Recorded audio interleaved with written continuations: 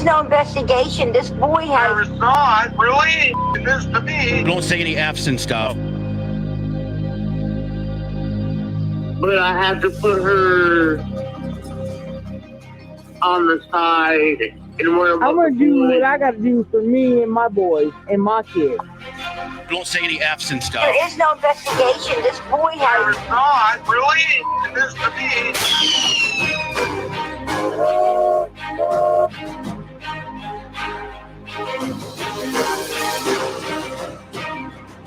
Right. Idiot. I've done my best. It's hard, that's real tough.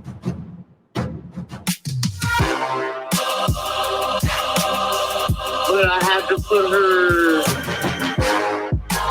on the side and worry about the boys. I'm gonna do what I gotta do for me and my boys and my kids. Don't say any F's and stuff. Live from the NVD Production Studios, you're in the lab with your host, Joshua Diaz. There is no investigation. This boy has... There is not, really? It is to me. But I have to put her on the side and worry about the boys. But I have to... There is no investigation. Don't say any F's and stuff.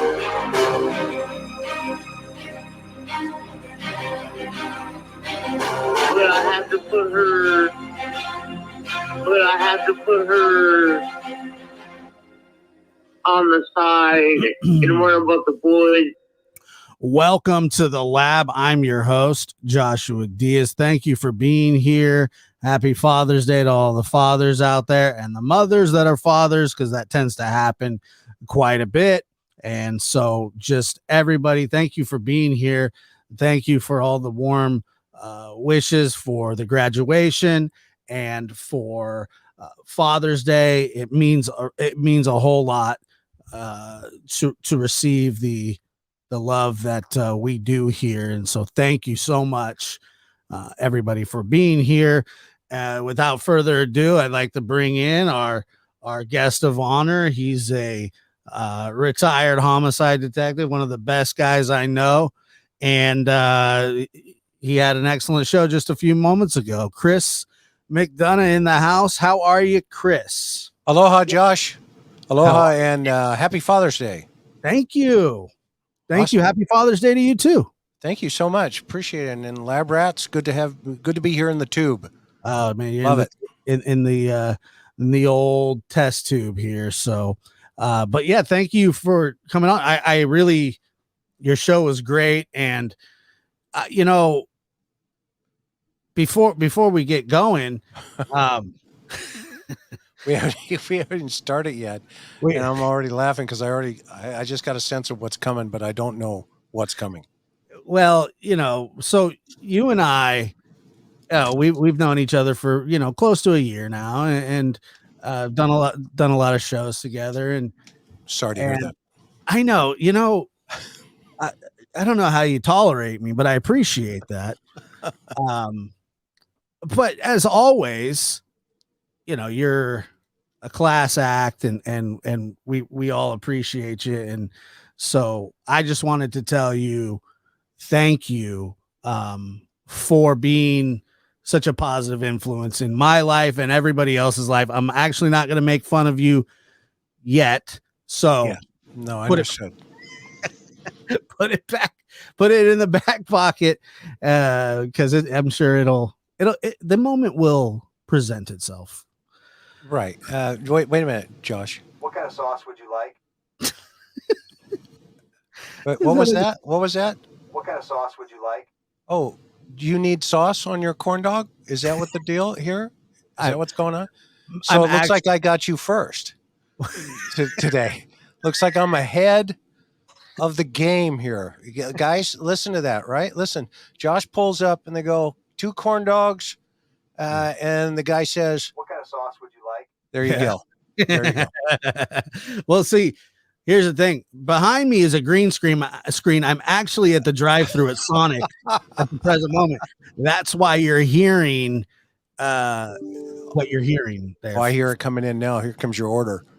It's hitting the screen in front of them. I know, and I love it. When you just say corn dog, my mouth and your waters. congratulations on the your son graduating. I mean, man, what a big day. Tell me about that. How's the fam and everybody? I mean, it was awesome. There was 3 different graduations this week, and capped it off yesterday by my son Peyton, who has produced stuff on this show and done work with me many times. He's a very talented young man getting ready. He will be going to film school here Awesome. shortly, and it's just going to be a great time. And he's just doing so well. And then, oh wait, no. So we had the graduation on Friday, and then we had his graduation party yesterday, which was an absolute blast, getting to see a lot of people that you haven't got to see in a long time. And so I was very, very happy that how everything went. It was just fantastic. So anyway, I'm glad it's over, but it's bittersweet. It's really bittersweet, because I remember the Little League days, and I remember when every Thursday we'd go to karate and dress them up in their little gi. They're just little kids, and so it's been a long journey. But like I told him, that's just the first part of life. I mean, that's the beginning. Now you're getting into the meat and potatoes here, and I think he's going to still need his dad for quite some time, and I'm going to need him too. So that's our relationship will only get stronger and stronger as we tag along with each other here. So, but thank you for asking. It was fantastic, and it was an interesting week here on YouTube and on Summer's 1 year. It's an anniversary of kind, but anniversaries to me almost seem nice. And this was just the 1 year mark of her the day that she went missing, I believe was Wednesday. And the sheriffs held a press conference along with TBI. I heard you talk about it a little bit, and I talked about it a little bit the other day as well. But not a lot of new information, basically none, other than how much time and effort that they are investing into this case. And we can talk a little bit about that more, but the Don Wells letter that was released, that I believe a ghostwriter wrote for him. That's just my opinion. I don't have any proof of that, but I can't imagine. I don't know. I think it was facilitated. Maybe the words were kind of put out there, and maybe it was churched up just a little bit. The words are spelt right. I'm guessing Don doesn't have great handwriting, but I don't know, man. What an odd letter. It just baffled me, and not in a good way.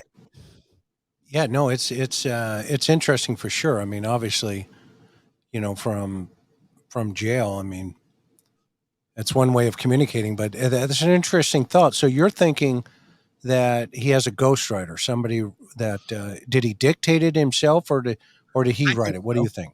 I think so. I think what happened was that him and Mr. Mullins got together because they are friends. Make no mistake. They're in constant communication. I mean, that's his guy. The media guy? Yeah. And why, I don't know. Why would you want a friend like that? I've always found it strange. And I personally think that Tim helped him out with that. And just from knowing the little bit that I do about Don, probably the way he dictated it was probably like 100 times worse. And it probably got cleaned up through Tim, who is kind of their guy. I mean, that's what he's supposed to be doing. And yeah, that's just my theory. I don't actually know that for a fact, but you think Don really wrote that? No, not that it really matters because it was stupid anyway. Pardon, my bluntness, but where is the I'm coming to find you? Where is the I desperately need to get out of here and find you? Where is any of that? I didn't see it. I even tried to read between the lines. All I saw was an excuse of how he couldn't keep it together, like he never has been able to keep it together in his entire life, and basically say our family will not survive this. Boo-hoo, Don. Nobody cares about you. And he's making it was almost like when he says I lost my mind, I this, I that, it's one excuse after another. Instead of saying I got to get out of here and I got to find my daughter because I know somebody has her. I know somebody took her. Like you said on your show, how does he know at all? He doesn't know, does he? Or he must. He used the words. I mean, he said, I know. And he said it before. Well, then let's ask, how do you know? Right? I mean, and how does, and if the other guy's involved in, crafting some of this, right? Maybe it's a combo plate. Maybe it's the two of them, okay, how do we keep the messaging out there in terms of, how do we make you look good and how do we make the public stay on our side? Right. And so, okay, well, that's fine if that's, as a theory of intent. But at the same time, to your point, well, how does he know? Let's answer that first, because they say, I know. And if you go back, and I know you will, but if we go back and start looking at some of the other videos, because I've already started doing that, and there are so many videos of the two of them saying, well, I know. Well, know what? What do you know? And if you know, have you told the authorities what you know? Or has the other person, the calendar guy, has he told the authorities of what they know? Yeah. Has he helped the authorities with what they know other than Hollywood? Other than Hollywood. I mean, I did my time out there in California, so I know Hollywood really well. And I know guys like that, left and right. I mean, we see them all the time. Right. Okay. Hey, I'm here to help. And by the way, are there any book deals at the end of this? Okay. I have no idea, but my daughter's missing. I know that, I know that. I know. Yeah. They get that piece of the puzzle real fast. And, especially when you've been doing calendars. He needs to know a lot, or he seems to know. I've never met. I don't know. I've never met the guy.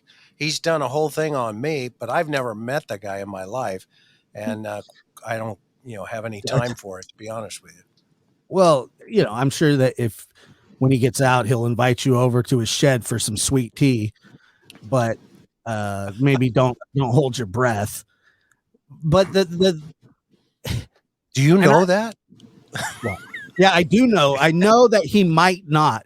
That's funny that you say that. I remember one time when I was training this kid to work a sales floor years ago, and he asked. So a dad was going to buy a glove for his son. So he says, "This is how old my son is. This is about the size of his hand." And he walks over and he says, "Do you think that this will work?" And the kid says to him, "It may not." And right. I said, "What?" That's a smart kid. You might as well just say you don't know, because that's right. Those are the kind of vibes I get, from I know that they just say a lot of awkward things, but when he said it may not, I said, that is not how you answer that question. But I'd be shocked if it was even Don's idea to release anything for Summer on the day that she went missing 1 year later. I don't even think it was his idea. Wouldn't surprise me. Now, once again, speculation, but it's just not the type. And the letter sucked. I mean, it just did. I'm not even going to mince words here. The letter was awful. It meant nothing. It helps with nothing. It was boo-hoo. There's nothing I can do for you. But it's not like he was doing anything before that anyway. Yeah, it's an empathy pull, right? Empathize with me, and then you'll see what I'm seeing and what I'm going through and what Candace is going through. Well, fine. I can empathize. That's not a problem. Okay? That it really isn't. And I don't have any disrespect for anybody, but at the same time, when a third party, like in this potential case, like you're suggesting here, potentially, just a suggestion. Yeah. Well, yeah. I mean, what's the intent of that? Why are you delivering a message? Why couldn't he have handed that letter to the jailer to hand it to the media and say, hey, I just got this letter from the Don and he wants me to read it. I mean, Candace did that. She handed the notebook back to Ansley from the local news station and said, hey, would you show the public this? And she did. And that's exactly what the media is for, to do their job professionally. I mean, when you've got a third party in there who looks at it and goes, well, maybe we shouldn't do this or maybe we shouldn't do that. Okay. And then they're narrowing the scope of what the truth is, i.e. the feelings of the individual writing the letter. Mm. Well, then it gets, convoluted and it gets problematic. So when you write the words, I know, now you start looking at it from a behavioral analysis aspect and say, well, what do you know? And how do you know that? Mm-hmm. And so that's where all the forensic psychologists and the wordsmiths like Steve Johnson and Peter Hyatt, all those guys are going to weigh in and they're going to go, well, how does he know this? And they're going to look for all those idiosyncrasies. And what's really interesting, remember, he didn't really engage the internet until Trisha came into the scene and started saying what she said on, some of the other channels out there. And as a result of that, next thing you know it, everybody's weighing in from that side of the coin of, well, wait a minute. We need to control this narrative. Right. And right from the get-go, it was, well, why are you really here? Are you here to find, because the narrative now is, I got into YouTube, I said a couple of things, and they turned on me. Mm. And I was only interested in finding Summer. Okay. And of course, I was one of the, like we were the bad guys, which is fine. Okay. If it means being the bad guy for Summer Wells, line them up. I'm good to go.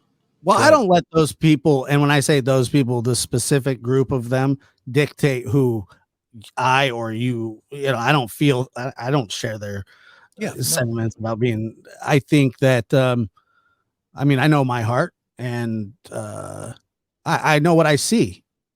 I know what I hear. I mean, if there's anybody that really could put together a decent defense of Dawn and Candace and their actions, I could shred it to pieces in 30 seconds. Anything positive that they could say, I could counter with 10 things that are negative, but with 10 things that they've done completely wrong. But I can't even think of a scenario where they've done something right in this. I mean, they called 911. Good for them. Other than that, I mean, from there on out, and that to me was just to cover their tracks of what happened. And once again, this is all speculation. I have no inside knowledge, but I mean, if it walks like a duck and talks like a duck, it's probably Dawn Wells and Candace. So when I look at this letter, it's another smoke screen. It's another you know, like it's just, I think they feel that like they're winning too. And I hate that feeling because not that they can feel however they want. And they, by the way, they haven't gotten away with anything. The investigation's still ongoing. And people do say all the time, well, it seems like they committed, like if they did it, sounds like it's the perfect crime. Well, how would we even know that? How would we even know that? There's been so many slips and bumps and, along the way. But the fact of the matter is, when Don says that he knows that somebody took his daughter or has his daughter, when Candace says she knows that someone came up there and abducted her daughter, and they believe that in all honesty, then why aren't you out there searching every single day like Daniel Robinson's father? Just these are real parents. Candace Cooley, the mother of Dylan Rounds. They're nonstop searching. They're putting pressure on everybody. And it actually sent chills down my spine, because what she said was, no matter what, I'm going to find my son. It's just going to happen.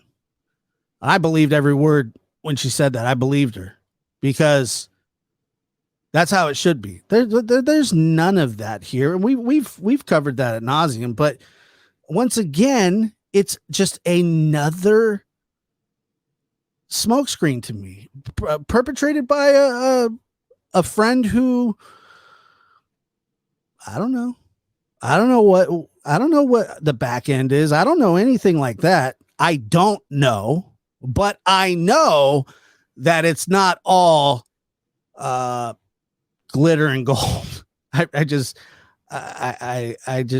forgive me if I'm over speculating here, but I do not believe for a second that was his idea to release that letter, nor do I think that final copy was his exact words or quotes. It's ironic when we talk about speculation, right? What's ironic about that is in these kind of high profile investigations, you know what they do? They sit in a room just like we are here, and they do exactly what we're doing here. Talk about all the possibilities, the probabilities, the speculation, all of the things that just may or may not make sense. And on that side of the coin, they call that investigation. On this side of the coin, they call it speculation, and therefore you guys are always guessing. Okay? Well, the only way you get to the truth is a constant. And you have to understand those three principles of the three lives. And once you understand the three principles in totality, i.e. experience, life, mental, physical, emotional, spiritual, what makes people think and tick when they are missing their children or when they kill another person potentially? What makes them think that problem through? Well, a good investigator sits behind the table on the other side of the coin, doing the exact same thing they're doing and looking for every move that the suspect's going to make. And then you try to anticipate what those moves are. Well, just in the very beginning, early on, remember I said Don's going to adapt and improvise and fill in the gaps as he hears them on social media. That was what, 11 months ago? Yep. Well, what has he done? He got a DUI. Well, right. And how many channels did he go on and start talking about, well, I didn't really mean that. And we saw it. I mean, you see it playing itself out in real time with Candace when I walked down by the door. She turns to me and she goes, I can't really remember if the door was opened or locked. Right. Well, so all she was doing is filling the gap, because initially she said it was locked. but now they need it to adapt and improvise in relationship to, you know, why that door could be a possibility of point of entry or a point of exit. Okay? Well, guess what the cops do? They're sitting back going, so why did she say that? Now she's got it at both sides of the coin. Okay? She said it was locked. Now she said it's open. She said it was locked. She says it's open. And now she says, well, I'm not really sure if it's open or locked. Okay? Those are the kind of pieces of minutia detail that what we do is put it up on the board and go, okay, well, why'd she say that? And that's why the why question is so critical always in these kind of problems. So they're their worst enemy right now in terms of why the public is going, hey, wait a minute, something's wrong here. It just doesn't look right. DLR. To kind of piggyback on top of that, when you say that their own worst enemies, they have just a blatant history of making major mistakes in their lives. One thing that stuck out to me in one of your shows, and I don't know, it wasn't this week, but I think it was the week before, when you said, well, you know, when Candace lost her kids the first time, the state came in and took care of her problem and it went away. Her problem was her children. That was a problem for her because she couldn't take care of them. Yeah. And it went away. Well, the state came in again, took her kids, the 3 that are there, and they're accounted for and taken care of. It would blow my mind if she ever got them back. She didn't get the first set of children back. But there's one big problem. Summer's missing, and that's not going away. As much as she wants it to go away, it's not going away. Yeah, the kids were taken in July of last year. That's almost a year. The boys. Yeah, right. I mean, let's be real here.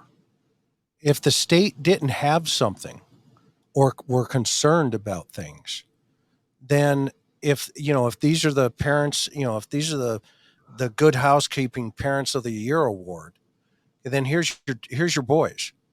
Right. Well, that ain't happening. Okay, that we haven't seen it happen in a year. So that tells you all you need to know what CPS is doing. What CPS is doing is protecting those children. That's what they're doing. And go ahead. No, I mean, you're right. Somebody has to.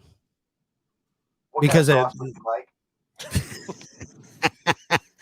I'm a 90%. When I say 94%, no, 84% ketchup, and 16% mustard. That's a good ratio. Does that complete your order? Does that add up to 100? I really hope it does. Yeah. 84 plus 16 is 100. I think. Last time I checked. Look, man, I didn't graduate yesterday. But yeah, and it does complete my order actually. So from that to back to the topic of the misinformation, the law enforcement being frustrated with YouTube or social media in general, Facebook, all that stuff.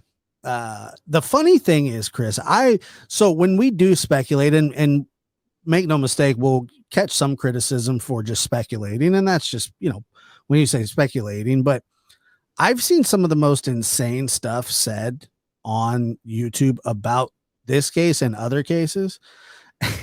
And for some reason, if it's you or I, people really hone in on that. But if you're already in the conspiracy world, people talk, oh, well, Rose Bly is alive and the FBI knows that. And no, but you know what I'm saying? People say crazy things like that. And they're just like, oh, well, duh. Like, that's just, I don't think that there's anything wrong with reasonable speculation or a think tank that's reasonable. But when you start getting, out there on the fringes, and I know that there has been a lot of people saying, we don't trust law enforcement. We don't trust law enforcement. They're corrupt in this case. I fully don't believe that one bit. And I'm not saying that it can't happen, but for the last year, the FBI has been all over that sheriff's department. They're everywhere. They probably took over the place. Like, hey, we need a couple desks here. Don't you think if that was that would have been handled a long time ago?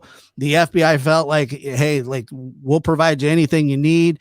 Everything's on the up and up. You guys are working.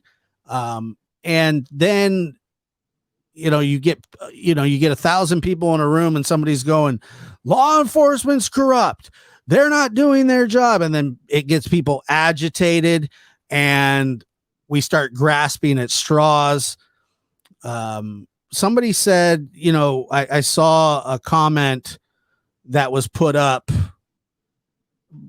by, or I don't know if you answered it, but it was something about the horse stables. Okay. Chris, I don't even know what that is. I didn't even listen to it. Right. I don't want it. I don't care. Right. It's at the water hole. Well, I know, but like now somebody's claiming something else. Just I've heard these stories. I've heard this same scenario, not like the exact same scenario, but somebody shows up. Oh, I got a breaking exclusive, blah, blah, blah. And somebody's like, well, did you hear this phone call? Did you hear that? Did you see what this person said on? No, I didn't because I'm not going to listen to wild conjecture and speculation. It's really strange. And hold on one second. It's really strange, the fact that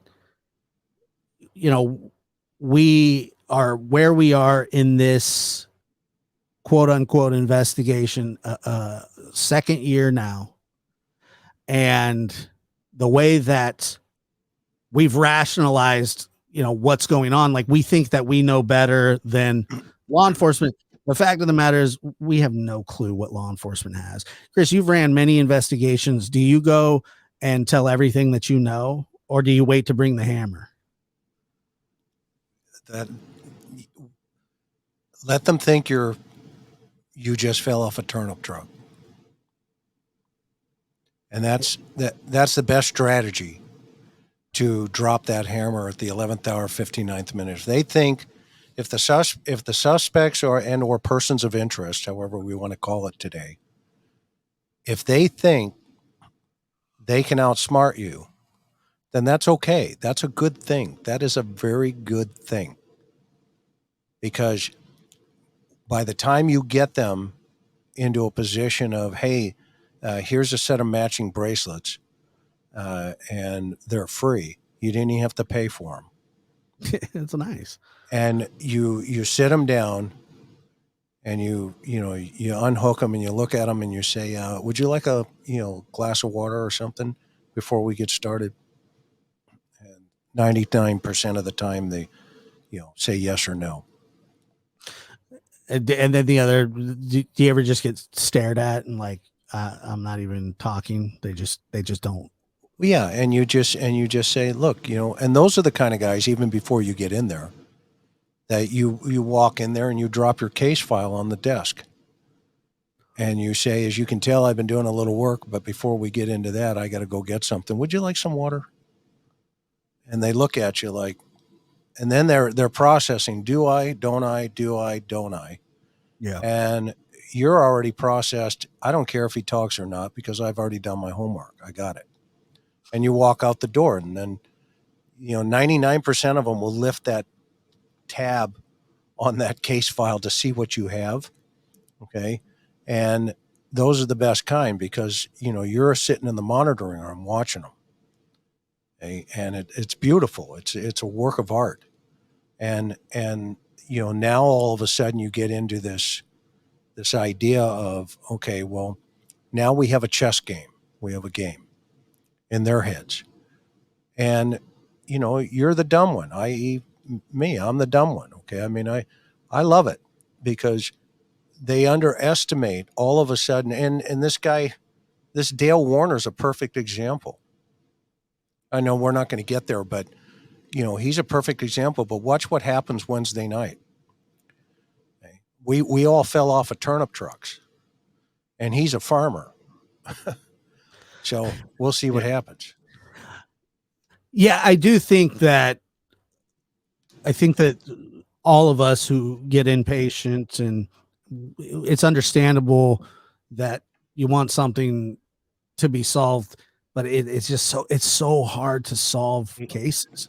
Patience, and the art of conversation. We have lost the art, and it is an art. All problems are resolved right here. Okay? This and this. I mean, think about it. Look how relationships are made when you fall in love with somebody. It's the first one who says, I love you.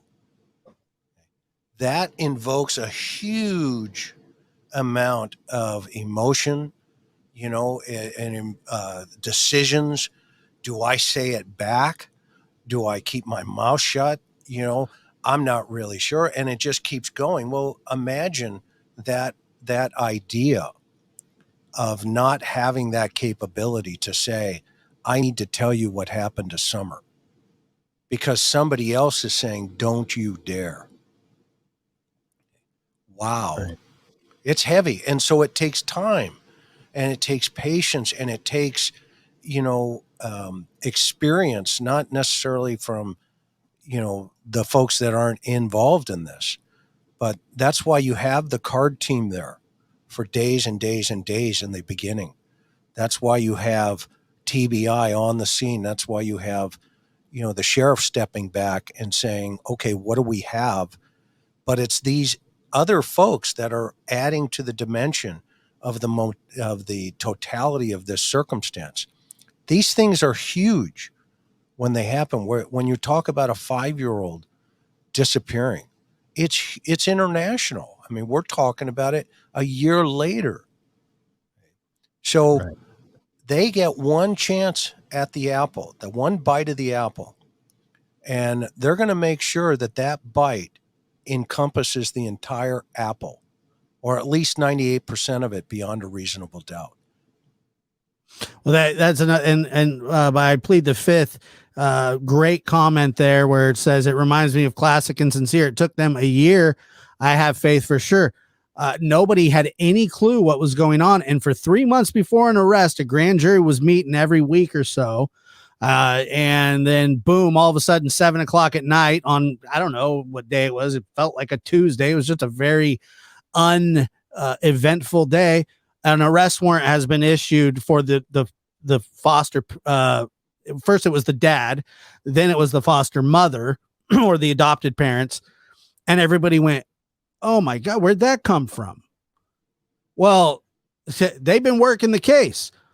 They weren't really giving any updates, but they really couldn't, and so that is a case to look towards, and it is a great example of what I took away from that press conference. And I get it. It was a cookie cutter press conference, but they didn't have to do that. They don't have to do that. They did it. And it tells me that they are working still. Yeah. And my nickname was the Vault. That was my nickname.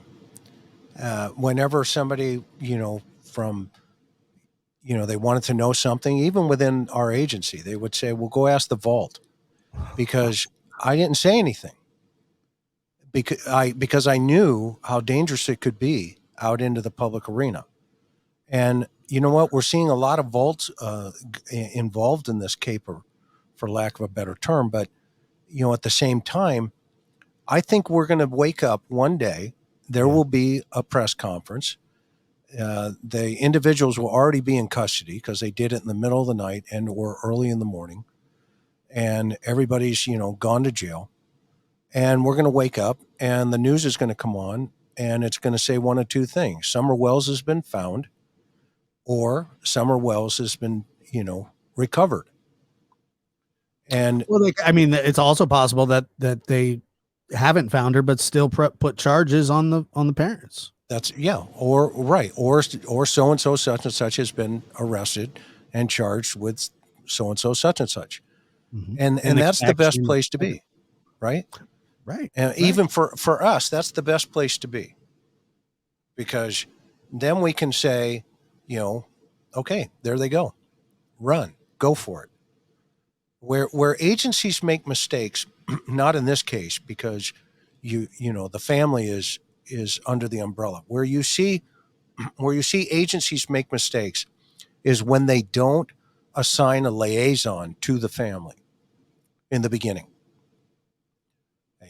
In the beginning, in all of these high profile, whenever there's children and or suspicion in relationship to, like, let's use little Mikey Vaughn, little monkey. Okay. All right. Now that agency, I know for a fact, because I have talked to them, they are working 24/7, 365 to find that little boy. And what they have done right, they've assigned somebody to work with the family. And he's got an open dialogue, and he's a captain, okay, who's doing it. I've talked to him personally, and you know that. Yeah. Okay. So that's how you do it. Now, behind the scenes, everybody's like, well, why haven't they done A, B, C, and D, and now they're starting to do E, F, and G? Well, guess what? That's where the vault comes in. And you just say, I'm more interested in finding Michael than I am about answering, these 3,000 questions.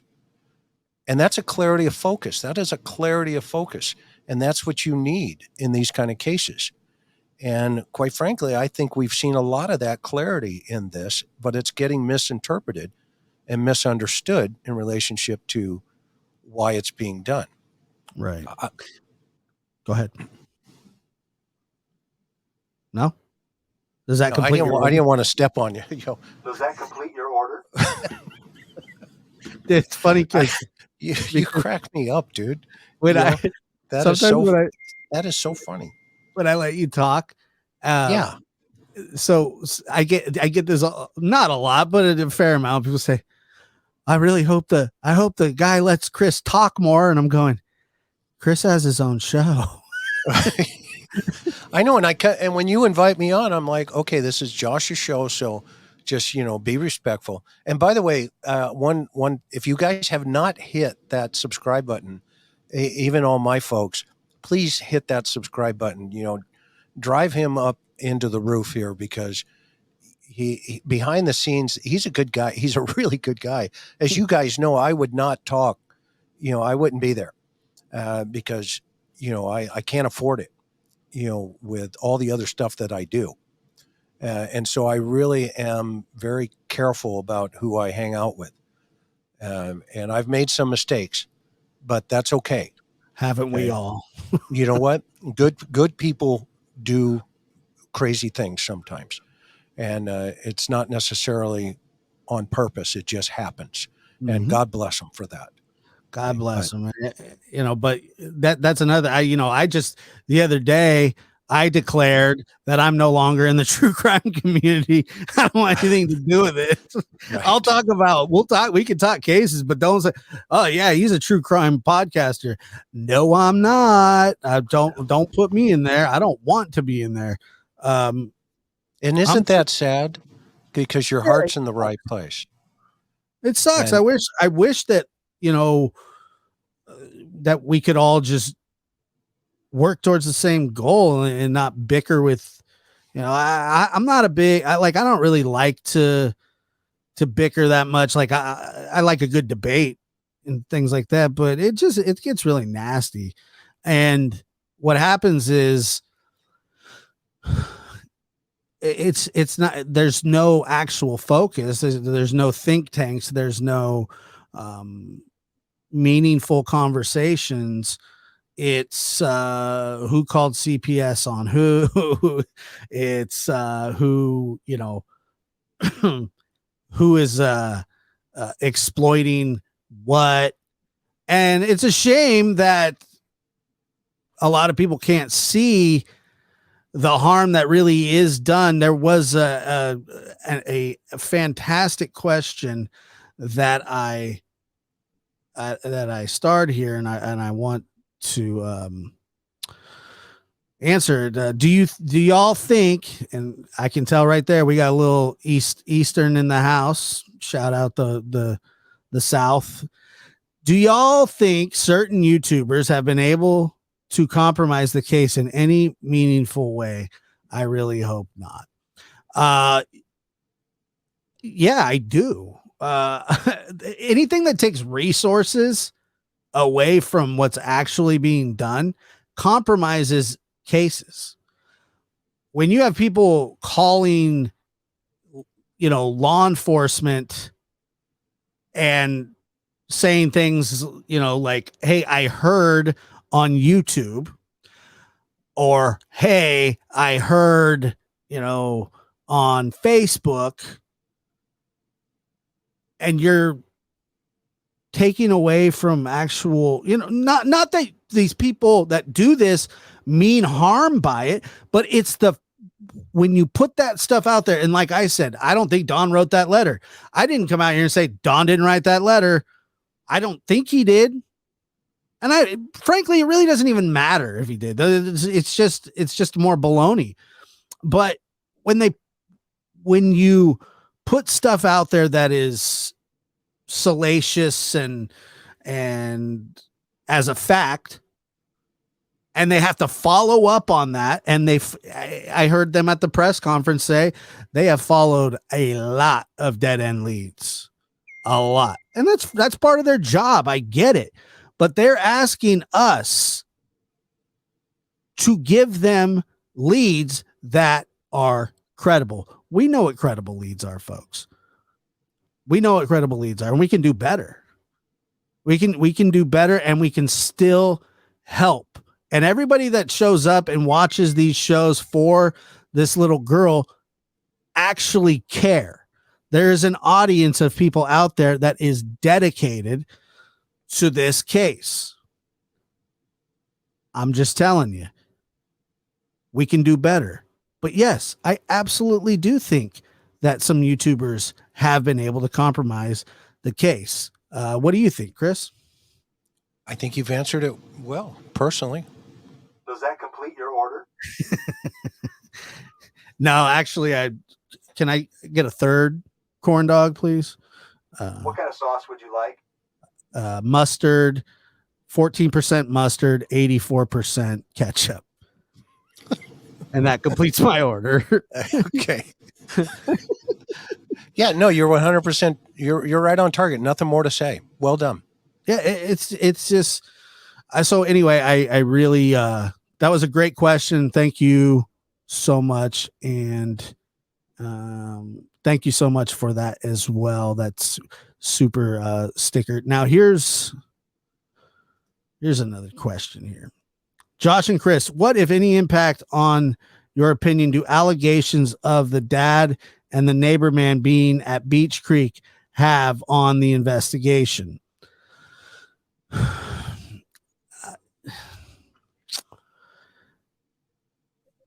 Like I said before, I've heard a million different things. I get emailed tips constantly that unfortunately seem kind of out of hand, but you know, I'm not the guy to send the tips to. I'm just not. I'm not in law enforcement, and but I don't know. I really don't know the answer to that question. I don't have a good answer. What about you?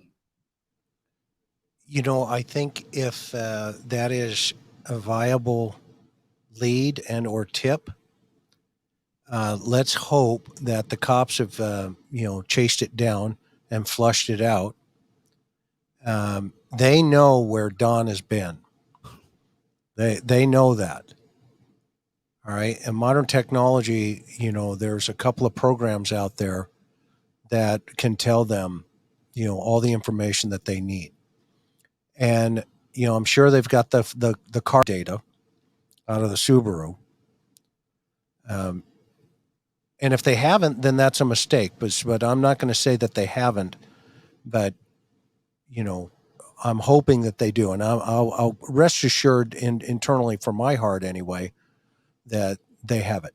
The neighbor information, well, it sounds like he's been interviewed a couple different times. I think he even said it. He said it to a couple of people who were on the road. He said, look, I've contacted the PD. They've interviewed me and my family and all this other stuff. And he says, we just want to be left alone. There are still people that have nothing to do with anything about Summer in that arena up there. It's the folks that are interjecting themselves into this investigation where investigators go, well, why? Why is this happening? What's going on over here? And so those are red flags, right? Throw the red flags up on all that stuff. So anybody that's interjecting themselves, that's a red flag for any investigator. And unfortunately, all it's going to do is pull more attention back to them. That's going to help them understand what's going on in that geographic region. So go ahead. That's another thing that I don't.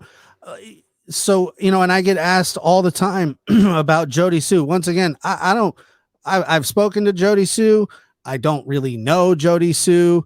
I know that she lived down the road from the wells. She didn't ask to live down the road from the wells. Now, I think that we do a disservice when people get mad at her for being however she is. And don't, please, in the comments, we don't need to have we can all have our own opinions about, but she's been a hot topic for a long time. And I just don't see the energy being, it's just not there to me. I don't know what she knows. Only she's been interviewed by the FBI, TBI, and the sheriff's department. They have what they need from her. And what happens is she criticizes people that, she feels are doing something a certain way. And then the people criticize her back. But instead of just the criticizing of interjecting or into the case, they go, well, she's suspicious. And then everybody goes, yeah. I don't like the way she acts. I don't like the way she smokes her cigarettes or drinks her coffee. There's something eerie there. That all of that you may perceive it that way, but if you don't have an actual line that connects here, I mean, we're stretched out. We're really just, it's weird. It's weird to me because law enforcement's on it. They've talked to her. They've interviewed her. So like you said, it pulls away attention from the case. Now, is she, and people say, oh, why is Jody Sue this? I don't know, but she lived next to the wells. So, they had a land problem too. I mean, they were arguing over whether or not, she was going to buy their property, and they pulled out of the deal at the 11th hour, 59th minute. Yeah. So, that's part of the motivation here, right? And then the other thing that we have to take into consideration is what's the past in relationship to credibility as a totality. So you go in and you sit down and you say, okay, well, let's look at this witness. All right. And what you do is you hand it to an analyst, and you say, get me all the horsepower you can on this person. And then, the next day, 2 or 3 days later, you come back and it's sitting on your desk and you look through it all and you go, whoa, what is all this? Right.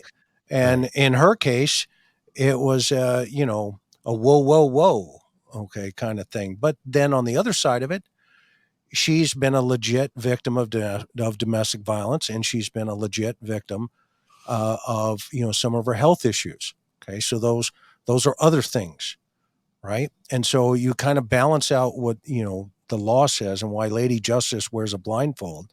You say, okay, well, what's fair, and then what's the motivation here to interject into this? Who else is in her circle? And then, of course, you come across Andy. Mm. Two Andys, come to find out, right? I mean, if you ask country, yeah. Right. And so it's like, then you say, okay, well, what's the correlation to that, if any? And then you start talking about, Hunter and him saying, well, the person that buys all the dope or that sells all the dope to the Wells family is Andy. Well, who's Andy? Well, that's the neighbor. Okay. He supplies all the weed up there. Okay. Well, I don't know if it's her Andy. Okay. And how many other Andys are there at that point? Right. And it all gets flushed out. So at this point, what relevance does that have other than the big picture of, and it's kind of like, the middle of the puzzle. We're trying to solve this puzzle by taking 3 or 4 pieces, and you know how they just don't fit yet? Okay, they're just there. Okay. Well, law enforcement has to build the outside first, and then all the other pieces start to fit towards the middle, and then you get the picture. You don't start in the middle and try to build your way out. You start from the outside and build your way in. And that's, I think, what they're doing successfully. And she's just a piece of the puzzle. She wants to if she wants to stay on the table as a piece, then keep streaming, and everybody will keep talking about her. That's up to her. I mean, that's how that works. But I will point out one glaring, obvious problem with the whole Jody Sue situation. Dawn and Candace aren't accusing anybody that's a real person of taking their children. Well, they accuse me. Well, they accuse me too, but that's I'm a real person. Well, I think. Ask Buddy. Entity. Yeah, but see that that's true. Actually, he really threw that out there as a real scenario that you had planned this. Now that's not funny because it's so stupid. But what I mean is, he was just pissed off at you and he wanted to try to ruin your reputation, blah, blah, blah, blah. You can ruin your reputation all on your own, Chris. And I can ruin my reputation. And I can I ruin mine all on my own. I don't need help. So exactly.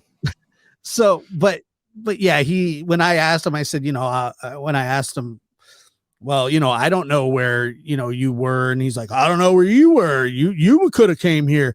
But what I'm saying is there's nobody that they actually, so if they thought that Jody Sue did this and they're in the free, it would have been over.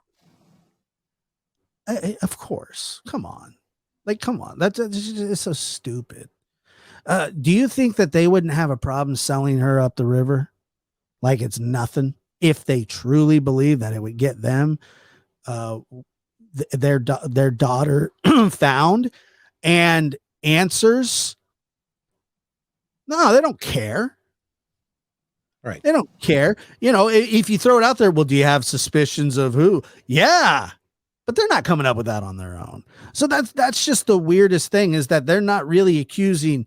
There's no prime suspect other than you that Don has, he's the Don Shirley's and the whatever, but nothing ever legitimate, nothing ever. And the only reason that they don't do that is because there's no legs to it. It holds no water. Candace knows what happened. She just does. And do you think that law enforcement really true? And, I don't want to speak for them, but they're not dumb. Yeah. Know how we know that? Meaning to your point, I think the fact that not bringing them to the table is a huge indication of before we get them there, let's have all of these dots over the I's and the T's crossed.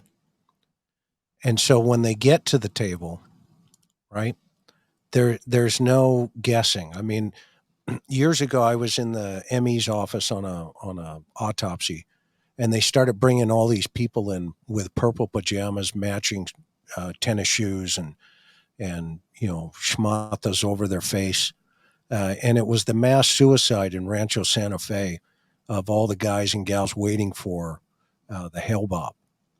Okay? They were waiting for the comet to show up, and they all drank Kool-Aid, and they all killed themselves in bunk beds, and they had rented a house in Rancho Santa Fe. And I remember that. All the doctors, Dr. Blackburn at the time was the ME, and he walks in and he's talking to my doc who's doing my guy on a separate case. And I see him bringing in all these pajama people and laying them on the different tables, right? Ultimately. And, at the time they were in zip bags, but, they started opening a couple of them when we were still there doing our thing. And Dr. Blackburn walks, Heaven's Gate. Exactly. Rick Scully from the Sheriff's Department was the case agent on that. And Rick walks in and he goes, or Dr. Blackburn walks in, he says to the guy I'm working with, he says, how much longer do you have? He goes, I probably got about another half hour. He says, okay, we need the table because we're having a pajama party.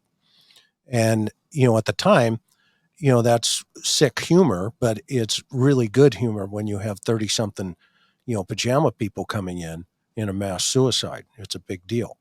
Okay. I walked outside of the front of that place and there had to be 15, 20 satellite trucks waiting for a press conference. Where am I going with this? Well, with this situation in Hawkins County, okay, and you have a neighbor who says, blah, blah, blah, blah, blah, whatever they say, you can bet that those individuals are going to be scrutinized rather rapidly because they have to check the box and either put them in the circle or put them out of the circle quickly. Okay? And the reason for that is because you have to keep moving. Because you have more people coming in to take the table. That's a poor analogy, but that's where I was going with that analogy. You have to have the availability say, okay, we've got room. Let's get to the next one. Right. Okay? Because they look alike, but they're not the same. And this could be this case here with some of that. So let's leave her into the dust for a little bit in my mind. And let's keep focusing right where you and I have been focusing on, where's Summer and how do we get to that? And so far, we're still stuck on the house. Haven't left the house, and I haven't left that property, and I know you haven't either. I haven't. No. And I don't think by all accounts that law enforcement really has either, because every time anybody goes to search, they're literally searching around the house or, around the area. There's not a lot of out of state searches going on here. They're not, headed to Tijuana trying to follow up on a, trafficking, cartel. And as dumb as that sounds, because children do absolutely get trafficked. Yeah. The FBI and the card team say that there is no evidence of that. The lead detective on the case says that he believes she's close by and that he's not going to let the case go cold. And we got to take him at his word. Because he's not sleeping at night. I'll guarantee you that the poor guy, I don't know the man, but I know what he's feeling. And there's nothing worse than a child where you have been told, find this child, and the world is watching. God bless him. Yeah. Because this is a career case for him. And he's learning, if he's never had something like this, he's learning, what those dynamics are and who are the teachers in this. The teachers in this are the card team, because that's all they do. is missing children. And they sent, I think, 7 members of the CARD team to Hawkins County. Within a day or so, they were on the scene. And, these guys and gals are trained specifically in the victimology and the 10 filters of profiling. And what they do is they come in and they sit down with everybody and they process through the risk continuum. The victim risk continuum is what it's called, right? High, medium, low, et cetera. Mm-hmm. Okay. And environment, situation, circumstance. And then they say, okay, well, here statistically is what we're looking at. And guess what? The very first thing they did up front is they came to the same conclusion when I was asked, when we ran through the same set of facts, Greg Cooper, myself, and the rest of the team at CCF, Cold Case Foundation, we took it and said, when I was there, I took the video back, we had a meeting and said, guys, this is what you're hearing. Here she is. Boom. This before I ever put it up on YouTube. And everybody weighed in and we all came to the same conclusion. This is not a stranger abduction. Okay? And so I came out on YouTube and said, I'm not going to leave the house, not yet. There's nothing here indicating that somebody took that risk to come up on that piece of property. Now, does that mean somebody else could not have had familiarity with that property, i.e. a family member, a friend, or anything, or somebody handing off the baby? The child, and I call her a baby because she's 5 years old. Okay. Does that mean that's not a possibility?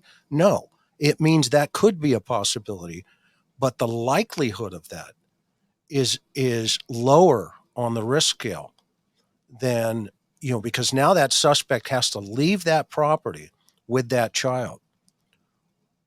So then you have to ask yourself, okay, well, what are the other options? What if one of the family members left the property with the child? Is that in play? The answer is yes, it could be. Is that a known? The answer is no, we don't know, i.e. the public. But law enforcement was probably pressing that during the polygraphs early on. Right. Okay. And, all of that stuff, right? So all of those dynamics play into this, that they have all that fact sheet, for lack of a better term. They know what they're looking at. And what's interesting is they keep coming back to that geographic region. They keep coming back. They're not chasing, like you said on your show the other night, they're not chasing leads in, Istanbul. Okay. That's not what happened. Yeah. No, You know what I mean? Absolutely.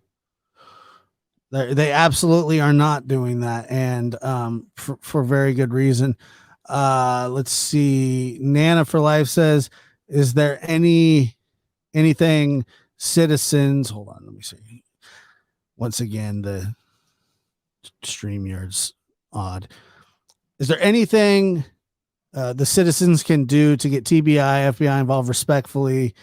Hawkins County Sheriff's Office isn't equipped or have the resources for the case. Is there anything that can be done?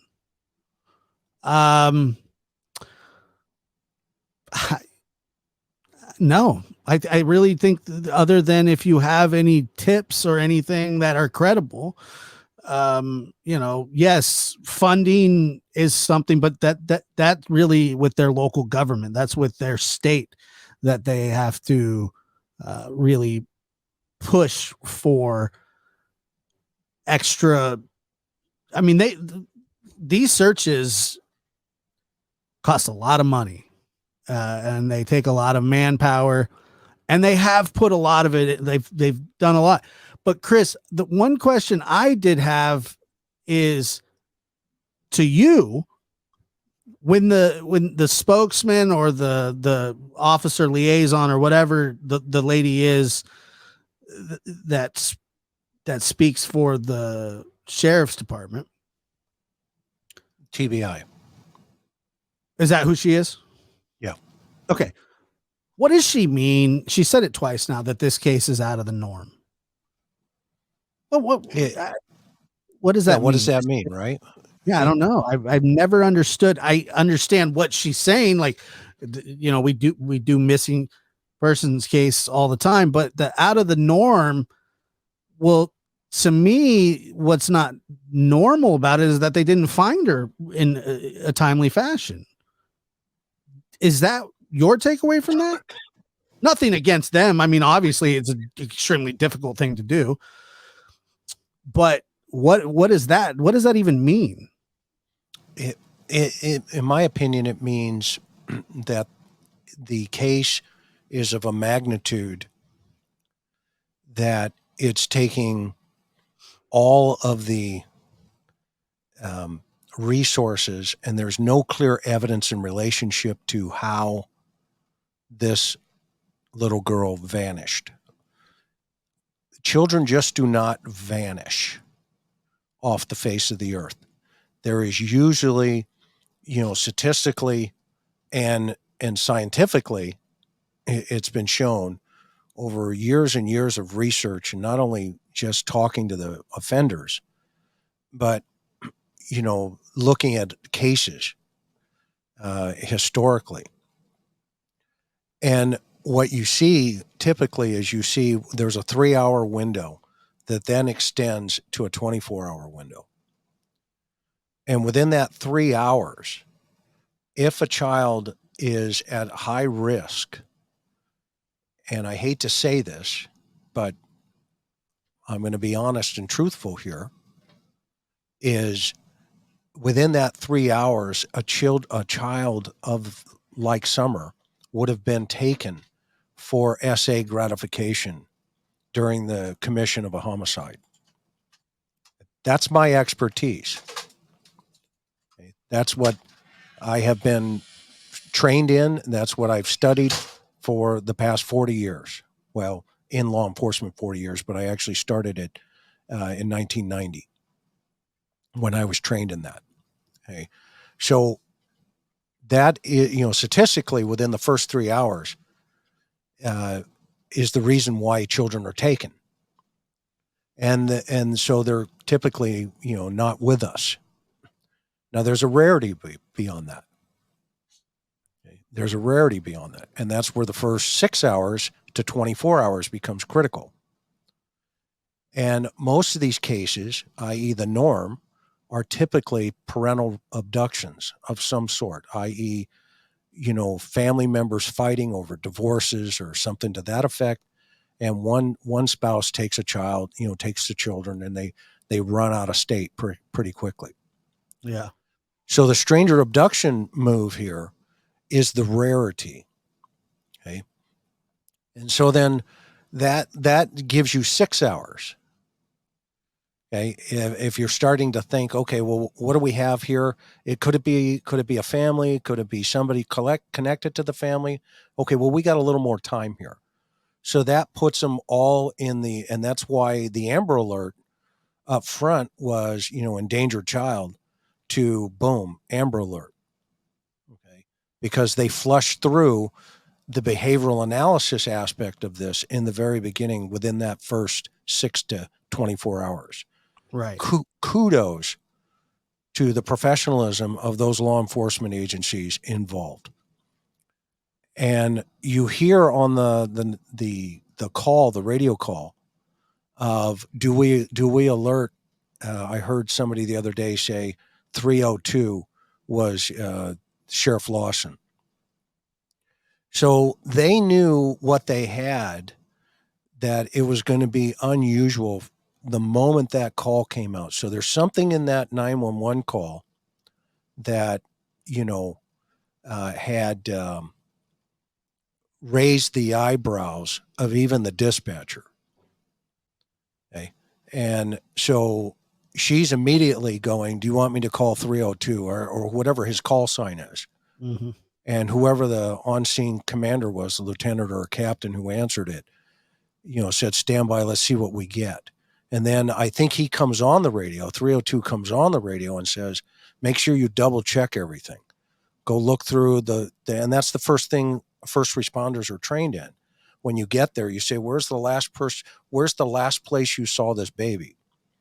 Well, she was down in the basement. Okay, you wait here.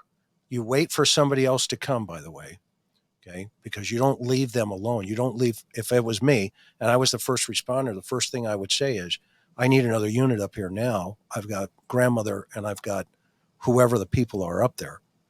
And I say, okay, you stay right here. Don't move. Okay? And then I'd say to the next guy, keep an eye on them. I'll be right back. And you go into that house. Okay? And you search everything.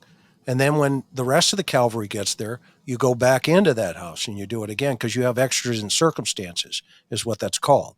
You have an emergency situation of a missing 5-year-old where a 911 call has come in. Any court in the world is going to say, find that child. Okay. And they call that extra in circumstance. So you don't need a warrant. You can just go in. Okay. The Fourth Amendment at that point becomes irrelevant because it's the life of the child that's on the line. Okay. Then they come out and they start to expand the search through, we need resources here. Well, by then the cavalry's responding, okay? And they had responded that day. And that's where I talked about the chain across the road down at the bottom of the hill. And when Don said, well, I got there before the cops. No, you didn't. Yeah, right. You know what I mean?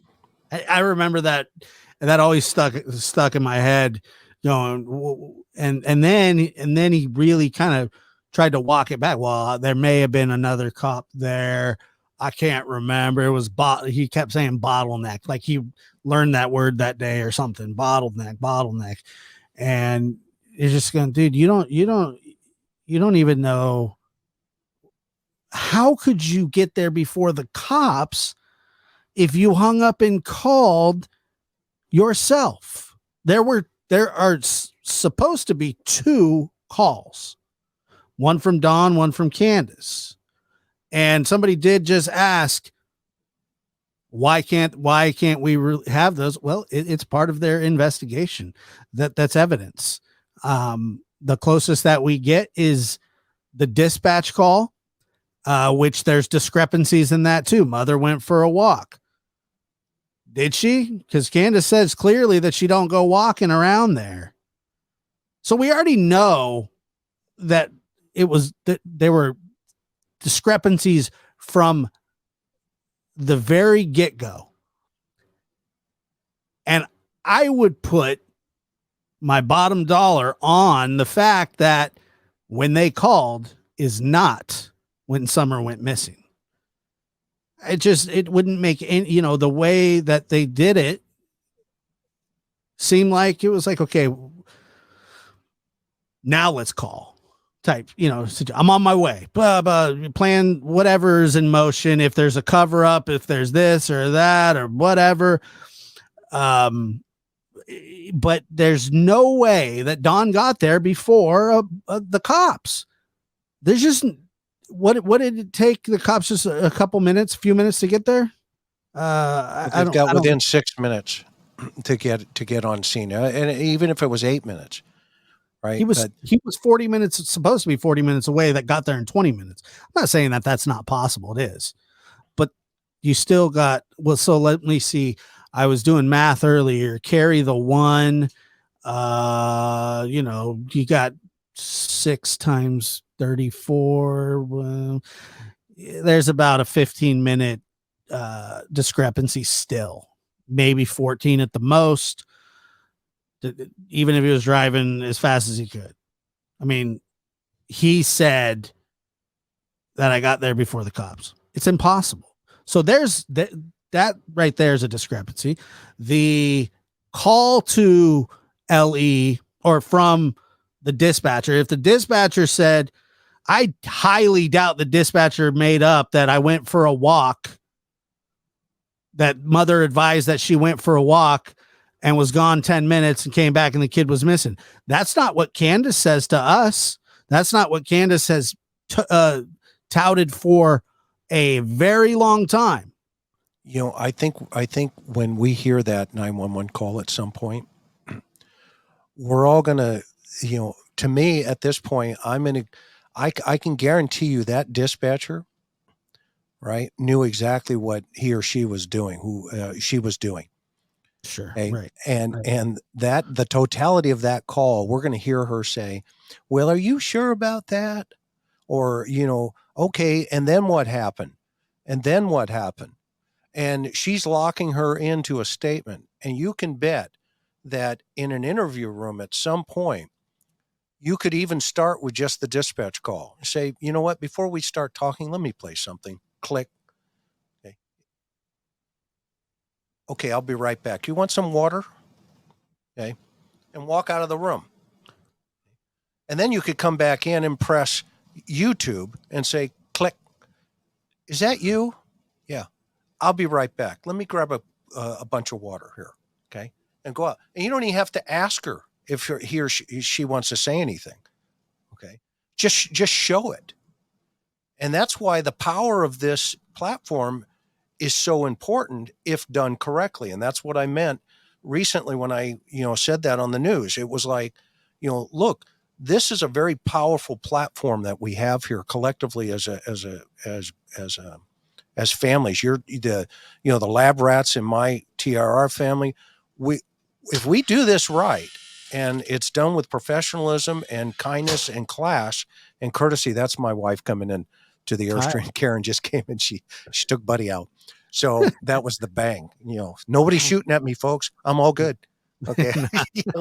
But just not to digress, but the point being, if we keep doing this correctly, we can build some credibility with law enforcement to where they go, okay, how can we utilize this tool as the next wave of information into the public arena, and not this, this other stuff that ends up showing on top of it. So all of those tool sets, i.e. the 911 call, the dispatcher's professionalism, what I heard in that dispatcher personally, because I know, what it's like to be at the other end of that mic and say, hey, I need help. I'm getting shot at over here. Okay. I heard a very calm, a very skeptical dispatcher telling the field, knowing that the world was listening, saying, hey, y'all, guess what? Mom says she was out for a walk. Okay. And now, to your point, she says, well, not really. I kind of lied on the 911 call. I mean, they don't even have the time right. Right? No, they don't. So there you go. No, they don't. And that's another thing is, I think she even if I remember it correctly, she said, be advised that the mother said she went for a walk. Yeah, there you go. Be advised. Love that gal already. I mean, can you believe, like, that to me spoke volumes. Be advised. She didn't say, hey, the mother went for a walk, she came back. No, be advised that the mother says that she did this. They weren't taking that for anything other than, well, maybe not, but just know that that's what she said. True Cowgirl, thank you so much. That's so generous of you. Very, very much appreciated as always. You're so sweet. That's a lot of corn dogs, Chris. I know what you were gonna say. Don't say it. Your order. I said it for you. I'm stocked on corn dogs. Can I say one thing about? So I just saw a comment a couple seconds ago. Actually, I looked over for the first time over here, and I saw one that said, and excuse me for answering this correctly, but the grand jury, right? I'm afraid that the grand jury is going to be tainted, and the jury pool will be tainted. Okay. Well, who's that a detriment to? That's a detriment to them. So guess what? There may be a change of venue. Yeah. Okay. Right. And if they move them out of the county, now they're up against a jury that, quite frankly, they have to really worry about. So it could be a potential, win-win. And Larry Milliette's attorney tried saying the same thing. Okay. And look how that worked out. And thank you, DTC. And this comment here says, did their son really say it wasn't my fault? I mean, according to a witness, that's what was heard, but none of that is on the record as fact. None of it. But you know, I don't know. None of that is, do you know, Chris? I know what he said. I know what he, I'm being careful. I know what he said to the authorities at the top of the hill. Okay. So I want to be careful because, you know, he's a juvenile, but I definitely know for a fact that it's a possibility. There's a high probability that that could have been in that conversation. Yeah. So this comment here says so many lies. No one is credible in this case. They have nothing but hard evidence, or they have nothing. I don't think but they don't have any hard evidence from that afternoon to go off of, which is seemingly not much. I totally butchered that. See, that's the thing though. We don't know what they have. But if they have a lot and then one day that the hammer drops down, they've done a hell of a job keeping it. The vault. I was going to say the vault. And that's their job, is to protect the integrity of the investigation. And they also said that at the press conference. They were not going to give details. They obviously know more than we do. They have, Detective Pruitt said, we have binders full and we have stuff. But once again, I say this all the time, and it's the truest, especially when we're dealing with this. It's not what you know, it's what you can prove in a court of law. I know a million things that Don and Candace weren't very good to their children. They, there's just a lot of things that I know, but you got to be able to prove it. And weren't very good to their. Why don't you go ahead, caller? Go ahead. You're on the air. Where are you calling from? Hey, this is Ed from East Tennessee, Kingsport. Hi, Ed. How are you doing? Good. I've been wanting to talk to y'all. First of all, let me say that I have the utmost respect for both of you. Thank you. Thank you. You guys are like so professional. And I agree with you. When the hammer comes down, they've got a lot more to tell us than they're letting out. I think they just want to have all their ducks in a row, their T's crossed, their I's dotted, like you said. And when the hammer comes down, their head's going to roll. And it's sad that it's already been over a year.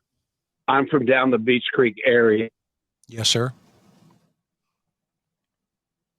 I used to live in Union coming up in October. But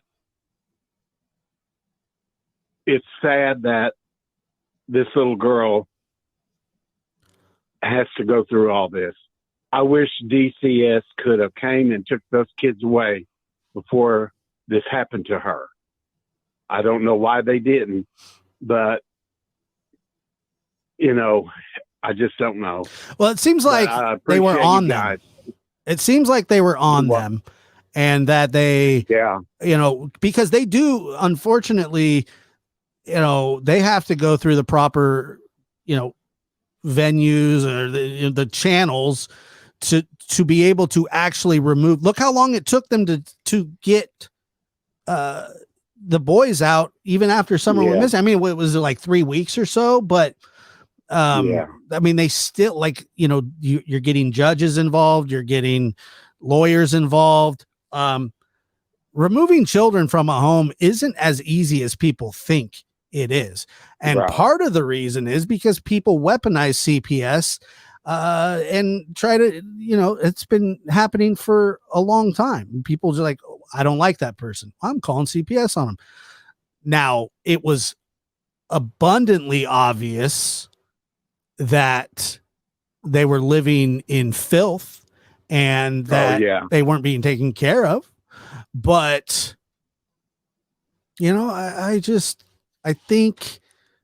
I think you're right. It is a shame, but it's also, CPS, they have rules to follow too, and Right.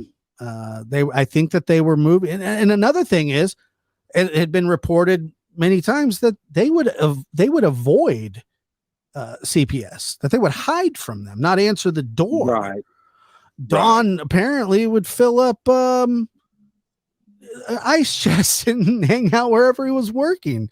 I mean, once again, speculation, but we all know that Don likes to hang out in like sheds and stuff. I mean, that's just He's going to think shed when he goes to the big house. well, he's living in one right now. But much respect, Ed. Thank you. We're grateful awesome for your call. Thank you so much for calling. Thank you, guys. All right, take care. Bye-bye. Good caller. Good caller. Great caller, man. Awesome phone call. And thank you for that. But and it's always a pleasure to hear from the local, folks. The local folks over here. And we'll take a couple more calls and then we'll call it a night. And we got Teresa on the phone. Teresa, go ahead. Where are you calling from? This is actually Cindy. Okay, well, then my caller ID lied to me. Cindy, you should see him drive. Yeah, exactly. Is your middle name Teresa by any chance? No. Okay, well, I failed. I was watching your video. I called you a couple of weeks ago, and I was watching your video, and I had to keep calling back. So my girlfriend's here. She subscribed to you guys. Oh, very nice. And Thank you. we just wanted to wish you a happy Father's Day to both of you. Thank you. Oh, you're so kind. And I would love to say hello to Chris McDonald, please. Hi, Chris. How are you? Thank you so much. You're very kind. How are you? I'm doing well. Thank you. A couple of weeks ago. Sorry I missed you. I'm sorry. Yeah. Well, that may be a good thing. So we'll see how that works out. You don't really want to Thank you for your kindness, though. Your words of. Sure, I do. I want to meet him and Karen and Dylan. Well, They're wonderful people. They are wonderful. Thank you. They are. Thank you for wishing us a happy Father's Day. It's been a lovely day, a great week. So. For my family. Congratulations on your son's graduation. Thank you very much. It was so hot. And I felt really bad for my son because he was like, he had to make sure that the girl that was in front of him, she was pregnant, like 9 months pregnant in the high school. And God bless her for graduating. He was like, I was worried she was going to like tip over. I was really having to watch when we were walking, but congratulations to all of them. And look, I had kids really young too, so I understand. Good for her, for sticking it out and graduating. But yeah, I just thought that was funny. He goes, of all the people I got sat next to, Dad, it was a girl in my class that was pregnant. And I said, I understand. Yeah, that's a warning for him to watch what he does. Oh yeah, that's what I tell him all the time. Well, I appreciate the call. Thank you so much. Okay, you guys take care. All right. Thank you. I want to tell you something. Hold on. Yes, ma'am. Just want to say you guys are awesome. Oh, thank you. Appreciate it. So are you. We can't do it without you guys. Well, yeah. Well, we're here, and thank you. And she watches you every night, so pretty much every night. Thank you. Even we appreciate it. Okay. All right. Thank you so much. All right. Thank you. All right. Thank you. You guys have a wonderful evening. You too. Thank you. Thank you.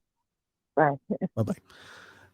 Go ahead, caller. You're on the air. I'm not going to try and say your name because apparently my caller ID doesn't work. But is this Desiree? This is Desiree. Hi. It worked. That's awesome. Yay. Where are you calling from, Desiree? I'm calling from Austin, Texas. Austin, Texas. Hook'em horns. Yeah, well, I'm originally from Florida, so go Gators. But there you go. Chomp chomp. Thank you, gentlemen. I just want to thank you, gentlemen, for your relentless seek of truth and giving we, the people in the real world, a glimpse into what it's like in the investigative realm. Thank you, Chris, for that. And thank you, Josh, for your insight.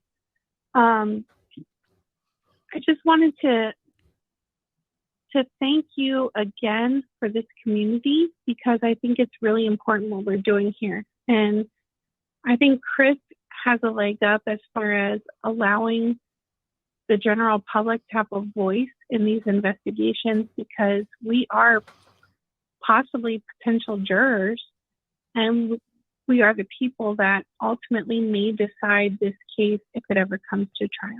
So thank you again for that. And thank you for your phone call and your kind words. Appreciate it.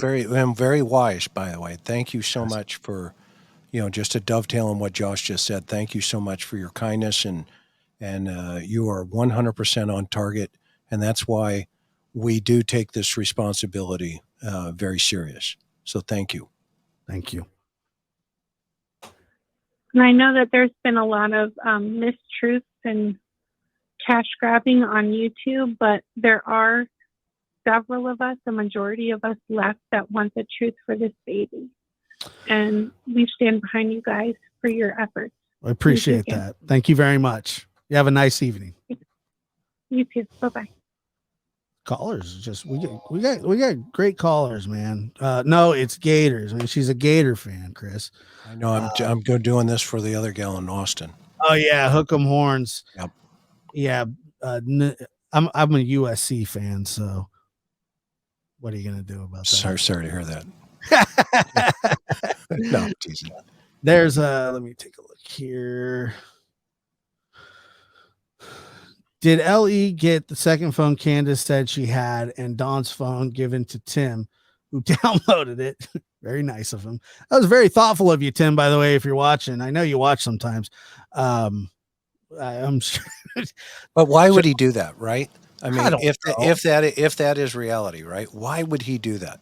I have no idea. I have no idea. Hello? Yeah. Caller, go ahead. You're on the air.